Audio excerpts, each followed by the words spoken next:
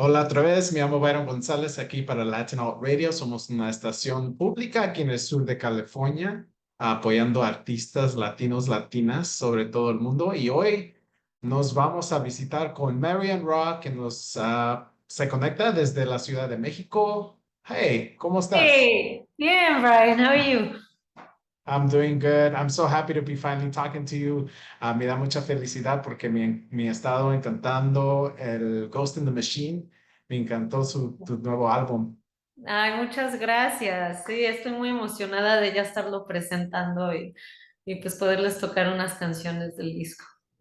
Ah, sí, excelente. No puedo esperar, pero quería saber un poco más de ti. Como aquí en Los Ángeles, tú todavía eres una nueva artista, aunque lanzaste un disco el año anterior y tienes música y pues has tocado música por un largo de tu vida, ¿verdad?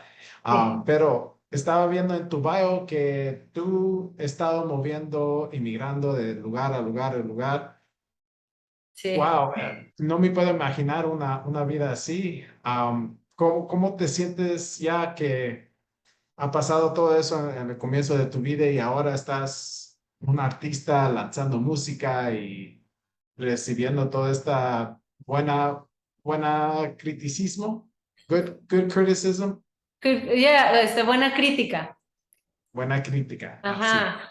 Este, pues la verdad, o sea, ¿quieres que hablemos inglés o español? ¿Qué prefieres? Spanglish. That's Queremos Spanish, I saber, love that. sí. Sí, total, perfecto. Es mi mero mole. Sí, that's my preferred language of choice.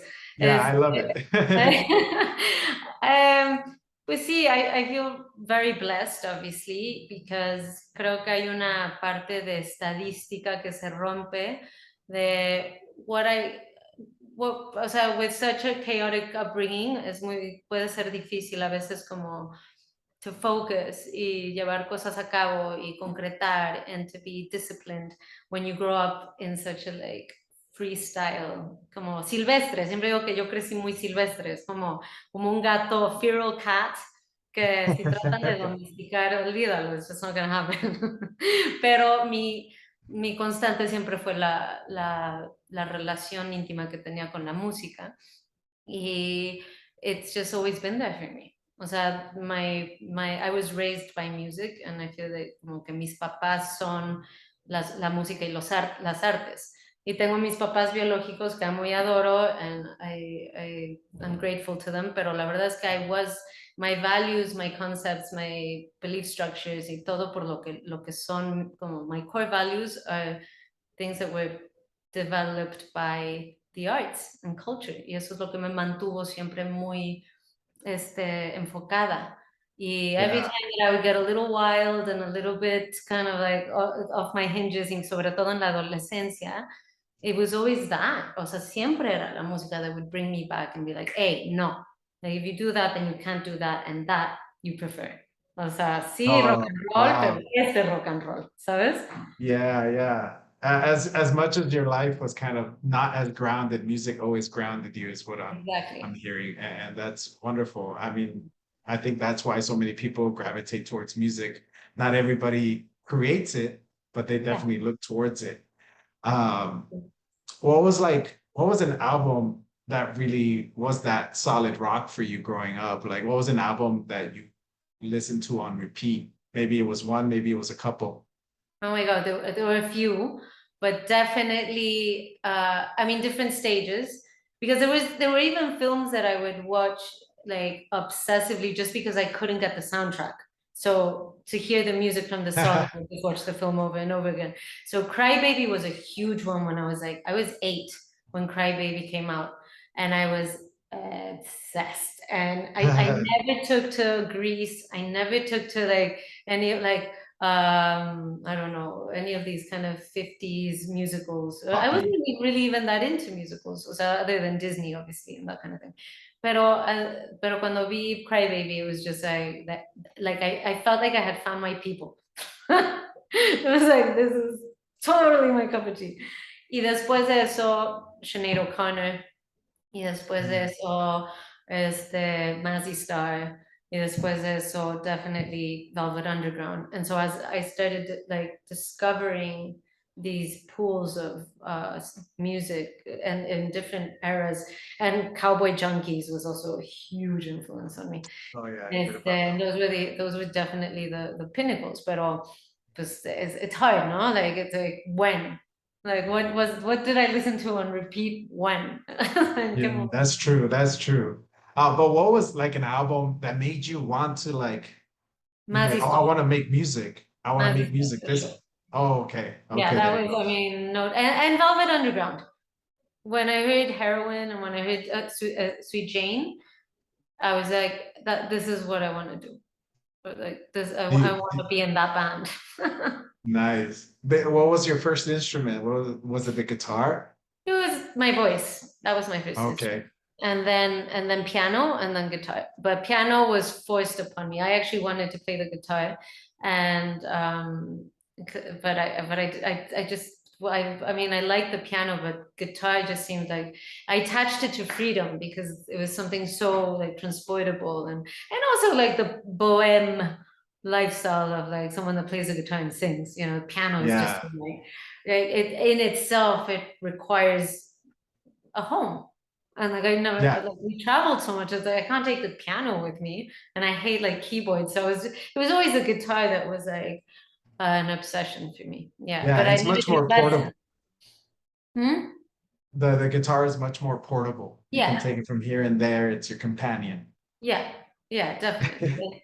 But I was self-taught. I never took lessons. I was all sort of just learning from looking for songs, having people teach me a song, and then I would just strum and play horrific guitar, and that was my that was my journey. Like playing really crappy and then playing tolerably until now it's its own thing. I don't know if it's Yeah. good, I don't know if it's bad, but I play the guitar. It's a Marion Raw style. It's what it Yeah. is. You created your own style, and I think that is the pinnacle of any artist when they create their own style, Yes. right? That's what you can hope for. Yeah, I do want to hear some Marion Raw style right now. Can you play the first song of the interview?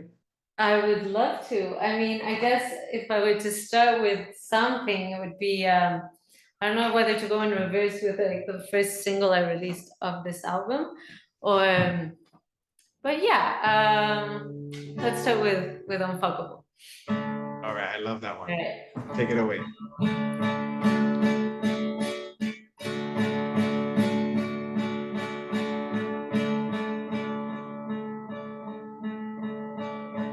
Say my name when you're walking down the street 3 times.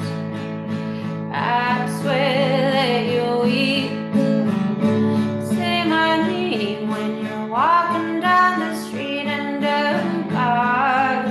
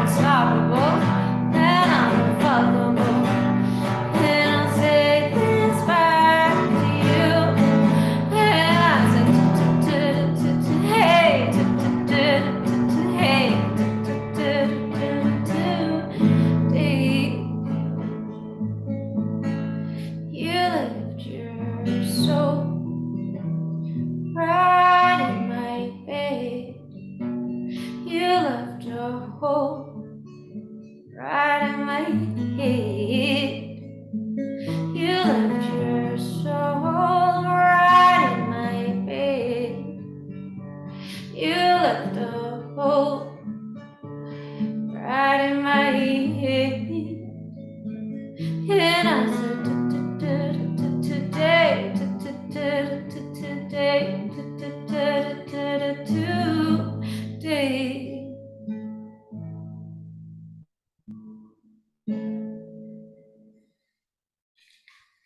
That was great. I love hearing Unfuckable. You know, when that song first came out, I was a little sad just because I wasn't able to play it on the air Oh, because it's, really? yeah, because it's explicit. I can't play, I can't, radio Oh. restrictions doesn't let you play fuck. You can't say fuck on the air. Such a shame. Like language is just such a joy. Yeah, The whole spectrum of language.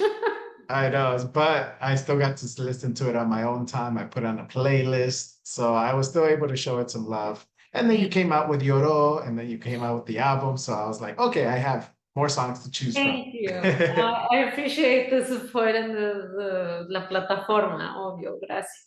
Por supuesto, it's so good. Right. So you're not only a musician, you're also a visual artist, and you created a music video for this one. I thought it was really cool. I love, cinematography. I love composition. I'm also a photographer, so I also understand like where you put stuff. And Yeah. this one was cool. It was kind of like a support group for the Unfuckables. Is that what I'm thinking? Yeah, no, well, it's like a resilience song. So I wrote the song after like coming out of a narcissistic abusive relationship, and I didn't even know that was a thing. I had no idea what it was. It was obviously like it's you're in trouble when you're Googling at 3 a.m. like, am I Oh in an no. abusive relationship? Like, yeah, that usually the answer to whatever you Google at 3 a.m. is yes. Yes. Look no further, yes. Find a support group. And so that it was sort of like like a bit of like I was kind of laughing at this. It's like a finding comedy within that the human messiness, no? Because at the end of the day, it's not the whole point of it's a thing. Of course, it's a thing because you're not unique in the way human beings seek love, belonging, connection, and we do it well. Sometimes we do it shittily. Other times we attract good people, bad people, and it's all like part of it, no?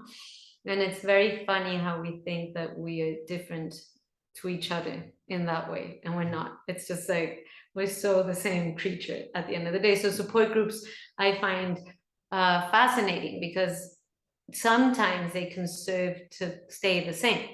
Like sometimes the fact that you're going to these support groups is the action to Oh, counterbalance all the naughtiness that takes place when you leave the right. support group. It's like And going to so, church. You yeah, confess your sins, but you still go and come yeah. back next week to confess the same sins that you just confessed to. Exactly. Like there's no shift in the behavior because the shift in the behavior has already occurred. It's going to the support group. So is that Interesting. enough? I don't know. So like Yeah, yeah. it was a reflection on everything that I explored. And then at the end of the day, it's just the resilience of the human spirit. Like when you can really just get up. Just yeah. I mean you have like you're not gonna die from this unless you choose to die, in which case you die. Yeah, But yeah. if you don't That die, well, then you just get the fuck up. And if you don't get the fuck up, that's your choice. But you're not a victim. You just get up or you don't. And there's always a choice. And obviously, I'm speaking from a place of privilege because I did manage to get myself up again. But aware of the fact that there's a lot of people that don't feel they have that choice, yeah. and that's not available to them. So I like the idea of singing something in a mantric fashion that is giving you that option. I like that, and even and in a bit of a like punky way. But I Yeah. didn't think this through. It just came out this way, and then when I processed the lyrics, I was like, de eso se trata, como de que pues, Well, that's what's so good about music and lyrics and you as a musician that you're able to create something and then think about it later. And that's the Mhm. same thing with fans like that listen to your music. You're like, oh, okay. I've heard it about 8 times now and I see the mantra in it. And it And always means something different because there was a point in my life where I had like some like I had like falling out with like people I was collaborating with and working with. and it felt relevant to that situation. So it's funny how you write a song from a certain place, but then as I keep performing them and my life changes and I move, like I psychically move to a different zip code, it takes on a whole new meaning, and I think that's incredible. Like, it's incredible that you make something from a certain place, and then even for me, it changes into a different meaning later down the road. Yeah, and so those videos. How did you end up, like, apart from being a musician, that's hard enough, at least for me, and then to take on another task of creating music videos, being a director, and just getting into the visual aspects of things. Well, the thing is that I started being very fearful of being a musician. So my journey as an artist was first in the visual. Like, I was terrified of embracing music as like my main thing. It was like, no. So, mi formación fue en artes plásticas en Inglaterra, and it was just painting. Like, I was terrible at school, obviously for the obvious reasons of growing up so chaotically, because I wasn't good at studying, I wasn't good at paying attention. I was always in my own thing, but I was very curious. So I immediately went into an art school very young and started living alone from a very, very young age. I was probably too young.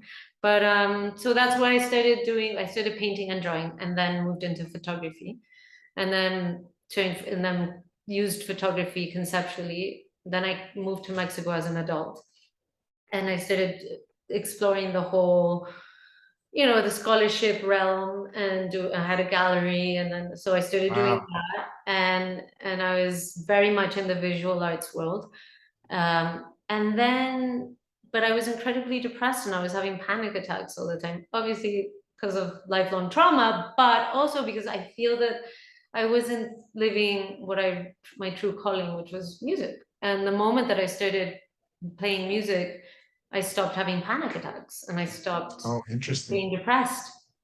So I was fearful in many other ways and anxious about other things, but it wasn't those panic attacks that would wake me up in the middle of the night, and just it was like this existential dread that I didn't understand until I did. Yeah. And then so I started over essentially when I was like in my late 20s, and started a band, and so integrating visual arts into the music was just logical to me, because I always thought in terms of like the whole film. It was like the music I make is always a soundtrack. It's always like this album, Ghost in the Machine, I wrote it post coming out of this narcissistic thing, but I was coming out of a 10-year marriage.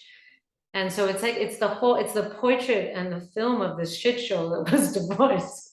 And so it has like, so it's storytelling at the end of the day. And that's all that is. Even if you're collaborating with other musicians, you're like, oh, like for me, it's always very clear that the album is a story. So Deep Cuts was like 100% quarantine. I mean, it was the story of like, wow, I mean, what if the world just ends? Yeah, that was really abstract too. It was incredibly abstract. Just like the times. Yeah. I mean, that album is just like, yeah. That's exactly what was that's what I was sitting with. That's interesting. That's so cool. So in the ultimate goal for you maybe is to create a movie out of Ghost in the Machine. I mean, dude, my ultimate goal is to like write my fucking memoirs, get the script, and then do the film, and then do the thing, and then do the thing. You know? Yeah, it's a whole rollout. It's a whole rollout. Yeah, that's I mean, cool. I don't stop. My projections aren't just with music. I mean, I'm never gonna stop making music, I don't think. But yeah. I love just making shit. It's all about making things. Sometimes I want to make clothes, sometimes I want to make shoes, sometimes I want to, but it's this constant need to just be making stuff. And I hope all of it goes away. You're creative. That is totally understandable. You can't imagine yourself doing anything else. No. I tried, believe me. I went to chef school at one point. Hey, that's creative still, but it's a different type. I know, but that for me was like, that's like being an accountant. It's so pragmatic. It wasn't. That's funny. Let's get into the second song of the interview, and because I Yes. still have more questions for you, but I want to hear another song. Yes. I don't know. Okay. Which one are you gonna grace us with? I think I'm thinking of like doing it like I don't know why in my head it's like I should just do it in order of like the release of the singles, but I don't know if I'm in the mood for that yet. No, I think I'll do it. I'm gonna do Ghost in the Machine. Awesome. Been playing that one a lot, so. Yeah. Okay.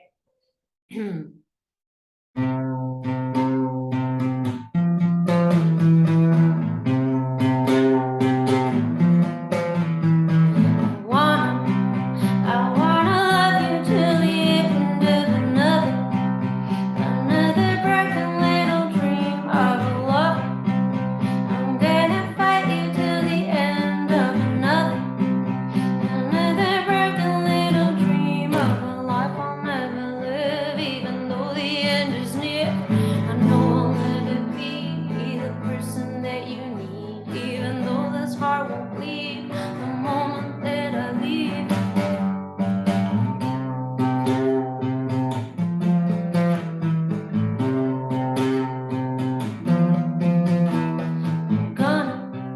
I'm gonna write a broken letter to another and make believe that he was meant to be my lover.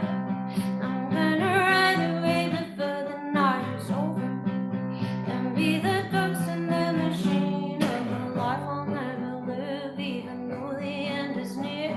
I know I'll never be the person that you need, even though this heart will bleed the moment that I leave. Will I recognize you if we haven't met?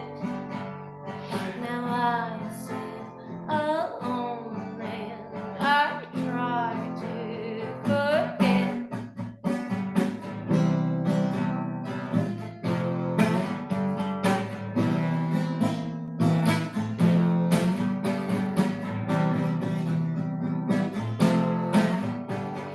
Will I recognize you if we haven't met? Now I sit alone and I try to forget. And I'm gonna write a broken letter to another and make believe that he was meant to be my lover. I'm gonna ride away before the night is over and be the ghost in the machine of another. I'm gonna ride away before the night is over and be the ghost in the machine of another.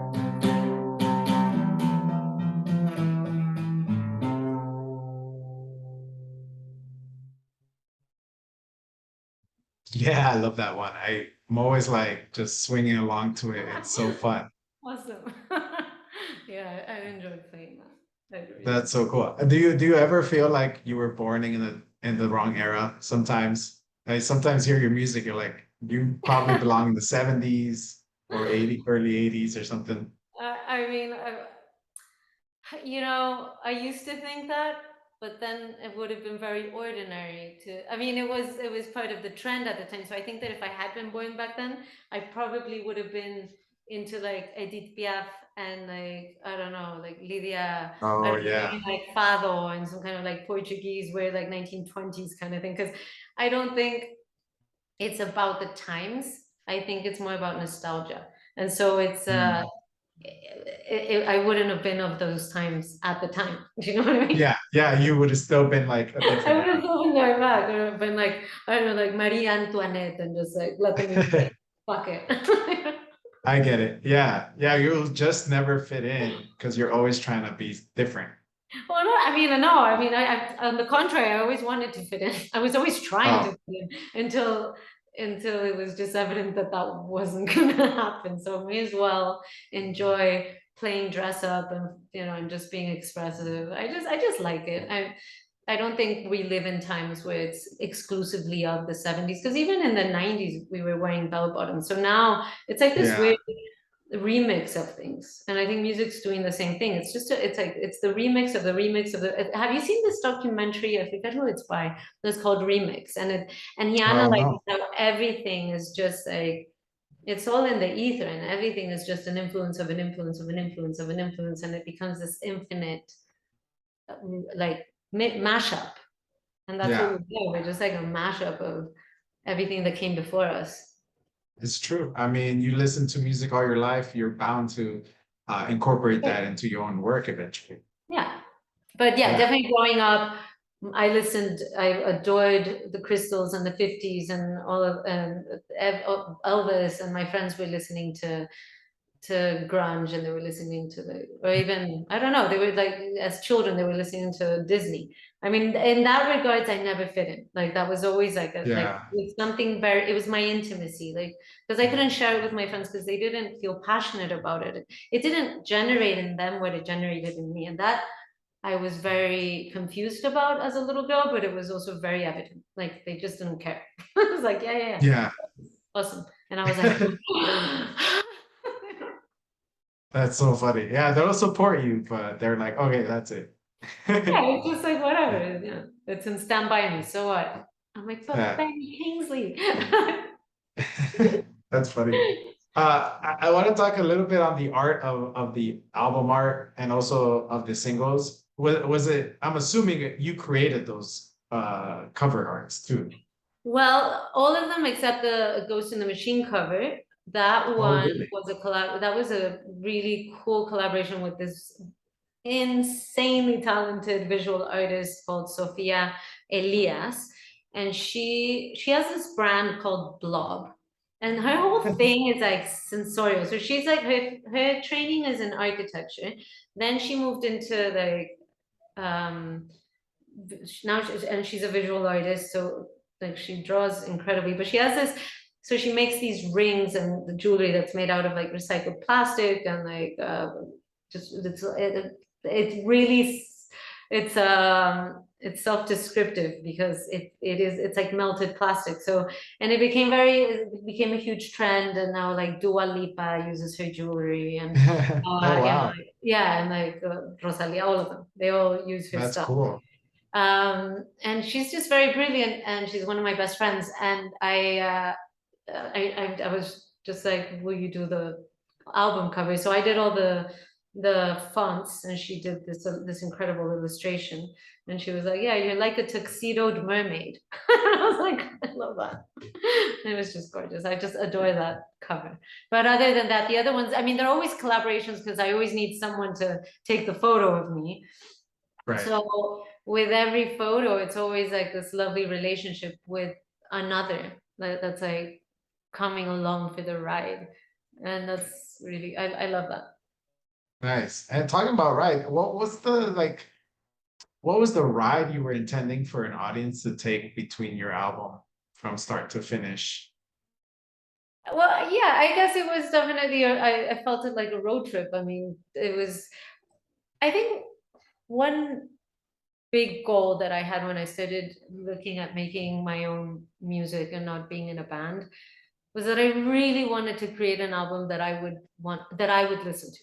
Like in that it was, and it sounds, I don't know what it sounds like, but I know it's not I know it's not a friendly statement, but it's incredible how many times like sitting with friends that make music, I asked, like, do you like, a lot of people cringe when someone wants to play their album. You know, it's like if I'm not gonna say names, but I'm with a friend and they just released an album, and you're having a drink and and it's like, oh, let's hear your album. And 9 out of 10 times the reaction is like, oh God, no. God, no, no, no, no, come on. Like, no, no, What? and it's interesting to me because like I've always wanted to make music that I myself would be like, I would reference my album. You know, I want to be able to like go to the studio and be like, I want the voice to sound like this. I want to sound like myself. You know, and usually it's like you're referencing, I don't know, Rolling Stones, and you're referencing like the Beatles, Right. and you're referencing all these other things, and it's like, what's wrong with just sounding like you? Like, what's wrong with that? And I'm being like dead honest that was like, when you asked me like, what is it that I wanted the audience to experience, is I wanted to be on that journey with the audience. I wanted to be a listener just like the listener. I didn't want to be a separate thing, like the artist performing and the audience is listening. I want to be in the audience with my audience. Does that make sense? Yeah, yeah. You're kind of like, it's like leaving your own body and you're listening to it from another view. Yeah, yeah. It's and it's so I wanted to also make an album that just one song leads to the next, where like you really do sit through an album. Like Yeah, not I never thought about it as like individual songs. I thought about it as like a Polaroid of a moment that I was living in my life, and that I was putting music to that chapter of my life. And I knew that it was a really important chapter. I knew that it was life, that my life, I knew it was a crossroad. And because of that, my overall sensation when I was writing these songs and recording them was that I was on a journey. Like I didn't feel I had arrived anywhere. It was like I'm on the road and I don't know where the fuck this is gonna take me. And I'm terrified, not because of expectations with the music, because to be honest, my expectations are always really low. It's always like, I mean, I want all these wonderful things, but at the end of the day, I'm not doing it thinking like this is gonna fucking get me a Grammy. I'm always just like, I just want to do it, and I'm in the moment and I'm doing it, and then later on, all those like terrors come into play. But like at the time, you're just in it, and so you're yeah, on like a day-to-day path. And if you look to it, like if you look towards the future, then you're just going to self-sabotage, in my experience. Like it's best to yeah, just stay like one town. It's like a road trip, so like one town at a time. Like, oh, today we're yeah. here. So it also seems like your upbringing of like not being able to stay in one place, being kind of a nomad so young, has informed a lot of your songwriting, a lot of your Sure, processes too, sure. which has acclimated to this Ghost in the Machine, to deep cuts. Like you are able to live in the moment because you just don't know the next moment you're going to be somewhere else, and that moment is gone. 100%. 100%. I That's mean, so interesting. it's a very detached way of existing, but I am also very loyal and reliable with the people I love. And so like everything surrounding, like I've learned to make it functional, for it to be like in service of the things I want to foment in my life, and not because for a while it was obviously, it made me incredibly avoidant and I would just pack up and leave and just, but that's the thing. Time has made me a lot less impulsive, and now I cultivate other things. It's like I look to that with creativity and making stuff, but it's definitely not a resource for when I'm trying to sustain like meaningful relationships in life. Yeah, I understand. Let's end. We've gone on a long time. That's a good sign Let's do that the things last are song. Let's flowing. do the last song. Yeah, let's get Okay, into the last song. that's What are you the one and gonna? only. Yeah, Okay, this is Lloro.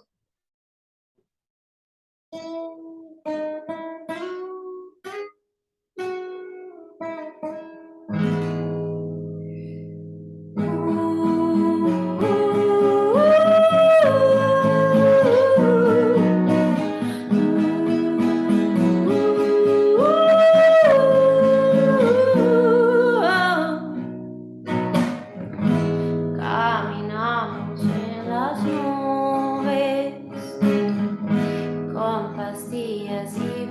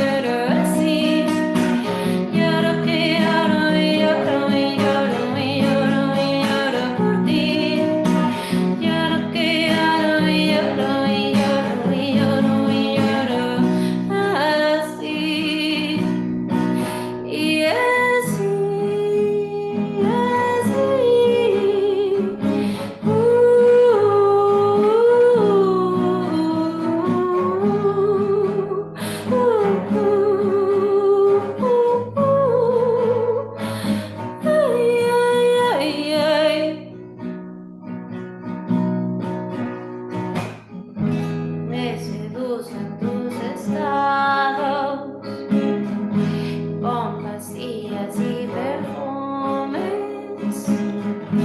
embriagados de costumbres. Tus canciones me retumban, oh, ¿qué importa que me das si ya no me responderás?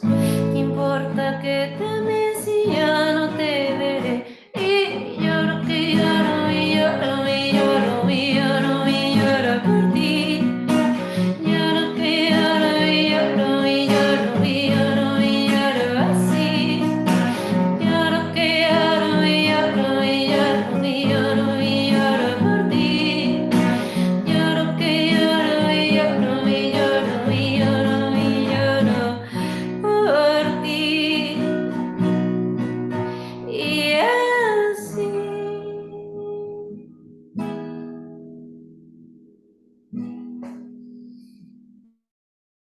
Yeah, I was glad when that one came out. I was like, I could put this one on the radio.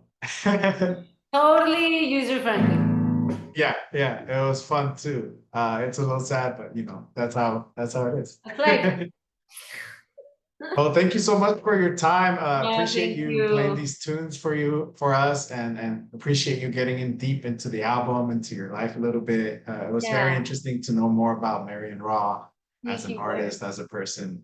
Thank you so I much. appreciate the space and thank you so much for your support with my music. It Of means a lot. course.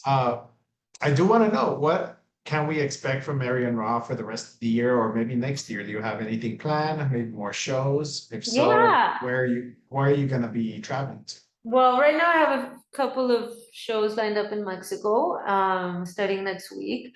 And then it's basically moving towards the Freak Out Festival that's happening in Seattle in November. So I'll be performing Cool. there. And probably in September, I'll be announcing future dates in the US, so Cali, LA, and that kind of stuff. So yeah, that's coming. So I'll be performing mainly focusing on performing this year, and then getting started on the third album. So that's what's going to be happening in the Yeah, winter. Yeah, so that's exciting. lots of work. I'm looking forward to it, see what kind of moments you're gonna take us through in the next album. And Absolutely. I mean, I am releasing a new single in September that's part of this album. That oh it's a wow. post release, and it's a featuring with Kate Clover. So she's a LA local, and I'm excited about that. It's a fun song, and that's gonna complete the Ghost in the Machine discography. So I look forward Cool. to presenting that to you guys. I hope you like it. Yeah, I'm ready for it already. Cool. Well, thank you so much. I wish you a ton of luck in your tour, safe travels, and I Thank you hope so you meet a much. lot of cool new listeners, new fans. Uh, Yeah. I wish you a lot of luck. Thank you so much, Byron. It was great talking to you. Thank you for Likewise. everything. Take care.